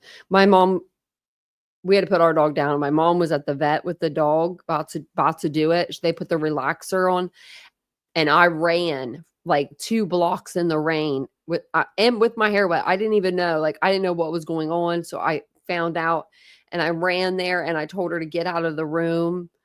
And I was like, get out of the room, Mom. You don't need to see this. Like, I was like, I don't know. I was like, this is something you don't need to see. And I'm going to protect you from it. I said, now, just give her a kiss, tell her you love her, do all the things. And I said, but I said, Mom, please wait in the waiting room. I said, I'll wait. I'll be in here with her. And my mom actually agreed to that. She was like, okay. And then when my brother came to get her, because my brother has like this little, he has 9 acres, but he has this spot on his land where he kind of has put a couple of our dogs, and I think he might have put one of his dogs. So it's kind of like our little pet graveyard now. And so, because what do you do with your pets when they pass away? You don't want to, other than if you cremate them, which my cat, I will with him. I don't know where he's at, but yeah, I'm sorry, dogs are everything, and your animals are your kids. You had them before you had kids. Oh man. You need to make a little TikTok of her. Or like a little, something like that. I think you should do that. Now I'm going to make you want a Weimaraner because I'm going to show you this picture of this puppy Weimaraner. You're going to say, oh, let's go to the pet store. Look at this. Look at that puppy. So that's what she looked like when she was little. But their eyes change when they get older. She has more like these eyes. Jaundice eyes. That's a boy dog though. But that's their round eyes. I don't know if you can't really see the eyes, but they're like more round. I don't know how to explain it. So when they give you like a look, their expression, like right here, you can see it. Like you can see when they're happy, they're mad, they're like thinking, they're just crazy dogs. Free Slurpee. And you did have Annie Elise tell me happy birthday last year. Oh, Trevor Nancy Grace. I know, I have my Nancy Grace cardboard cutout and everything. I really want to go to CrimeCon sometime whenever I can like afford to go. Which will probably be never, but no, I'm just kidding. No, it'll be one of these days. And I really want to carry around that Nancy Grace cardboard cutout, just walk around with it until I see her. Because I mean, how is she not going to say hello to me if I'm holding a life-size Nancy Grace cardboard cutout, right? That's how I think of it. They're very cute puppies, Felicia. If I get another dog, when I get another dog, it's not if, it's when. I want to go like a mini golden doodle so bad. We saw one at Target. They were just holding it. It was just a puppy yesterday. I was like, I'm like pointing because he was like halfway like across the store. I'm like, look at the dog. Uh-oh, she woke up. Look. She really makes me laugh. She really does. This dog's really, I need to like put like a GoPro on her or on me. Right? Nancy talked to Dolly. I'm sure she'll talk to you. Yeah. Oh, Mary Beth, that would be great. That'd be awesome. I would go to CrimeCon. It'd be a girls trip. I've never went on a girls trip. That should be on my on my thing, like my list to do, you know? Even if it's just like I want to do these things before I'm 40. I'm trying to think of things. And I have my time's running out. What month are we in? July? 3 months. Ooh, Cabo. I know, yeah, baby girl. I need to like be like Dolly and just get out there and do it. I need to get on her Twitter and just hashtag her a bunch and be like, remember me, remember me. Let's see, was there anything else I was going to tell you before I jump off here? What's this? Oh, yeah, okay, that's what we're going to watch next time. Okay, so I got everything. Cool. I do have my Weimaraner mug. It's right in front, like whenever you open up my cabinets with my cups. I think Vincent actually drank out of it the other day, some green tea. He tried to make matcha, and I'm like, that's not how you make matcha. I've been watching this girl make matcha for like a year now, and she makes it like every day. And he didn't know that. And he looked at me like, well, do you think you know how to make it? Like, do you know what I mean? Like, it was just so funny. It was so funny because I knew something that he didn't know. Like, I was like, you're supposed to like have your little brush and like froth it. So it was pretty funny. But let's see if it's sunny yet. I bet it's not. Oh, it's cloudy, but I'll take it. I'm going to go and hang out at the pool, I think. Trying to see if I want to wait on Vincent to get home. I don't know. You're going to Hawaii? I want to go. Where's my ticket? I'll go. Are we doing first class? Are we flying first class? I don't care if we can fly coach. Just get me the extra leg room. I like that. I like the seat with the extra leg room. And I like a seat with the window. I have to have the window. I love the window because I put my head in it, when I sleep. That's how I roll. I'll buy the gummies. I'll get them ready for the trip. Oh, I want to cover Shanquella. Maybe I'll do that sometime this week during the day. I mean, because I've been doing more lives during the day. Hey, Northern Lass. Corn tamales? I've never heard of those. Never heard of those before. I probably isn't tamales tomatoes though, or are they peppers? Yeah, I want to go to Hawaii. I'll get my ukulele like Dabo. I'll play you some music. He's like, nope, I'm out. I'm out of here. These girls are wanting to go with me. Oh, it's a Mexican dish.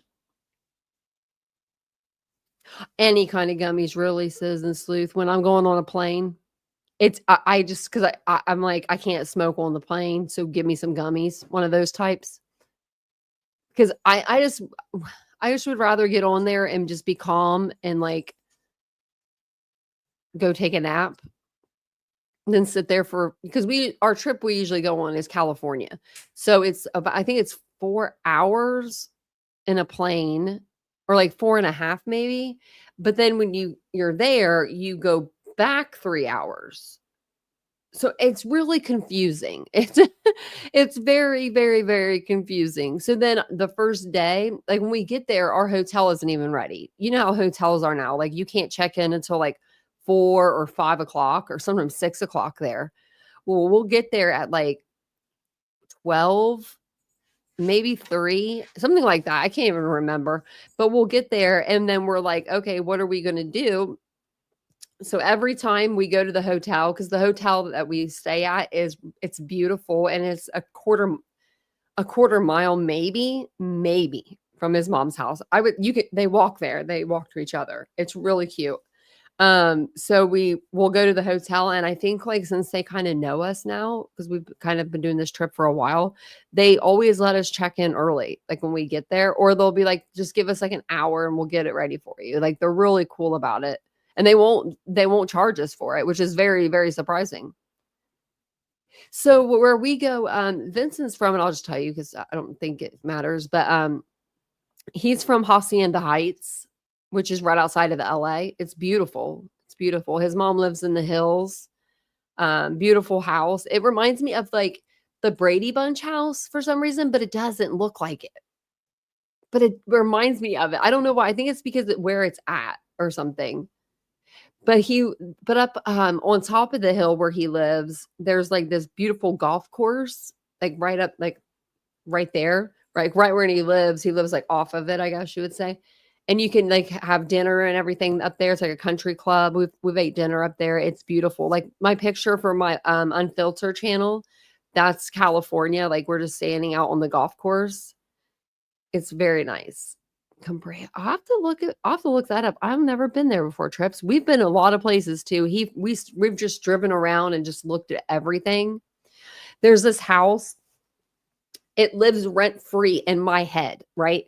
I don't get excited like about a lot of things. Really, I don't. Like, I don't know why. Like Vincent can offer me a Rolls Royce and I'd probably be like, oh, like cool. Like, you know what I mean? I don't know. We're working on it. We're working on that. But this house gets me so excited to even talk about it. We were walking down, I'm trying to think of where we were. It was probably near Laguna, I think. Beach is where we were. But we're heading down towards the shore, and there's like all these houses, you know. And this house was just, the front of it was all glass, like all of it, like 2 stories, all glass. I was like, oh my gosh, I love glass homes. Like I just love them. I love them. And it was so clean. I looked inside, everything was just like white and just like clean and beautiful. And then I felt really bad because the guy came in there, like I'm just sitting there staring at the house. Vincent was like, really? And I'm like, yeah, really. Like he had some of the things open. You can open up certain parts of the windows. It was so cool. But this guy comes out and he's in a wheelchair. And then his nurse came out with him. And I was like, that made me feel really bad, you know, because I'm like that, you know, like I have my health. I might not have that beautiful house right now, but I have my health, and like, you know, so it made me feel bad for him. But I remember that house and that man lived rent free in my head. I would do anything for a tour. I want a tour so bad of that house. I wonder if I can get on Zillow and get the address somehow. I love it though. Trips we will, yeah. I'll tell Vincent about it. What'd I miss? Yeah, no, LA's not. We never go down there really. I love the West Coast. I really do. I think the sun, everyone is laid back, like compared to like Ohio. I mean, Ohio people are laid back too. But like, I don't know.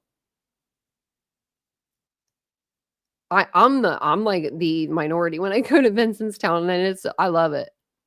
It like there's like one American restaurant there, and it's called Barbecue Chicken. If you've never had it, they have them around other places.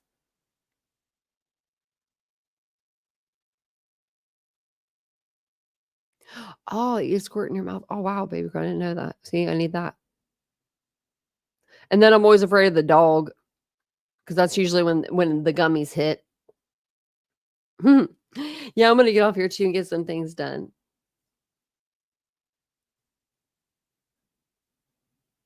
I hope that you feel better, Felicia. Are you guys going to get another dog? I know it's hard to say, like ask right now, but we did that. We just don't get two. Don't get two. That's all I say. We lost a dog.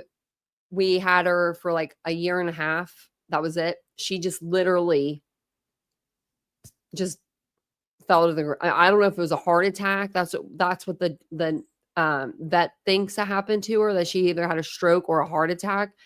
But like she was such an active dog. We took her home like 6 walks a day. We threw balls with her.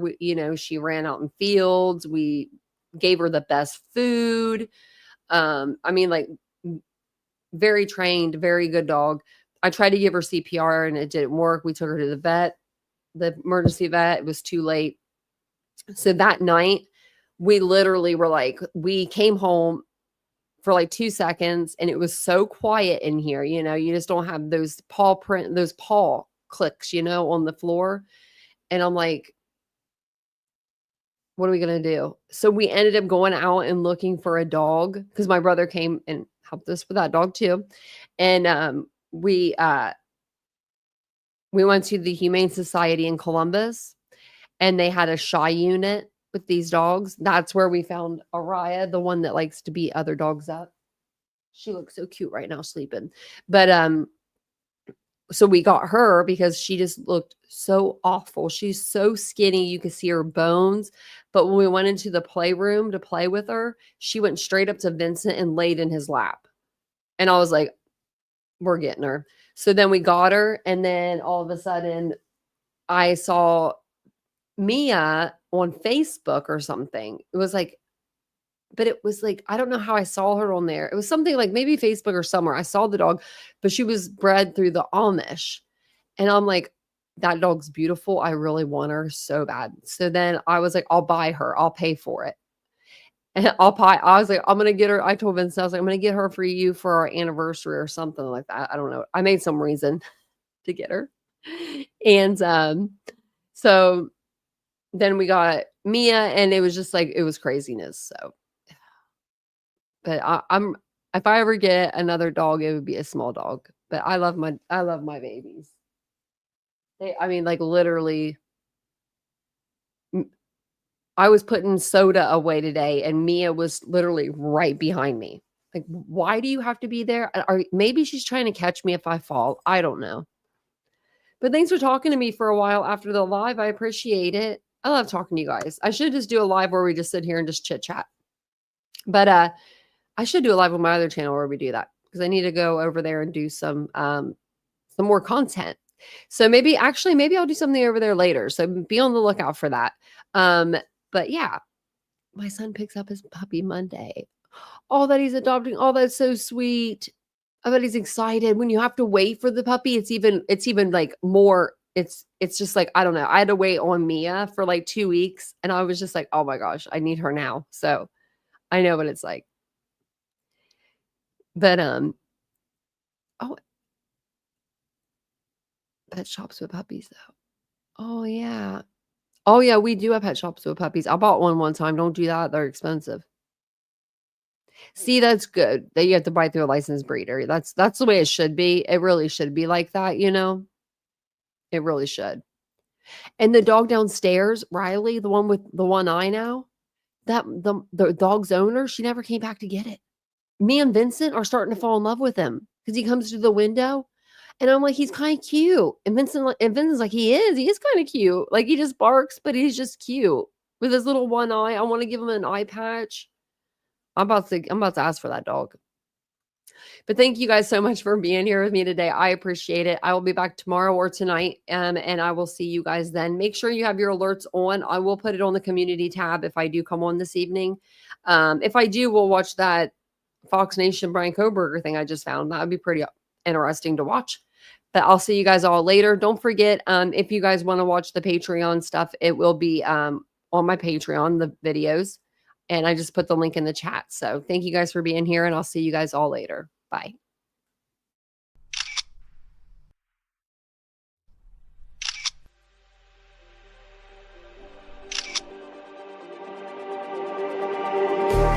Just like the street lights lit this town, like a fire in a blaze, gotta burn it down. Can't be afraid to leave this out.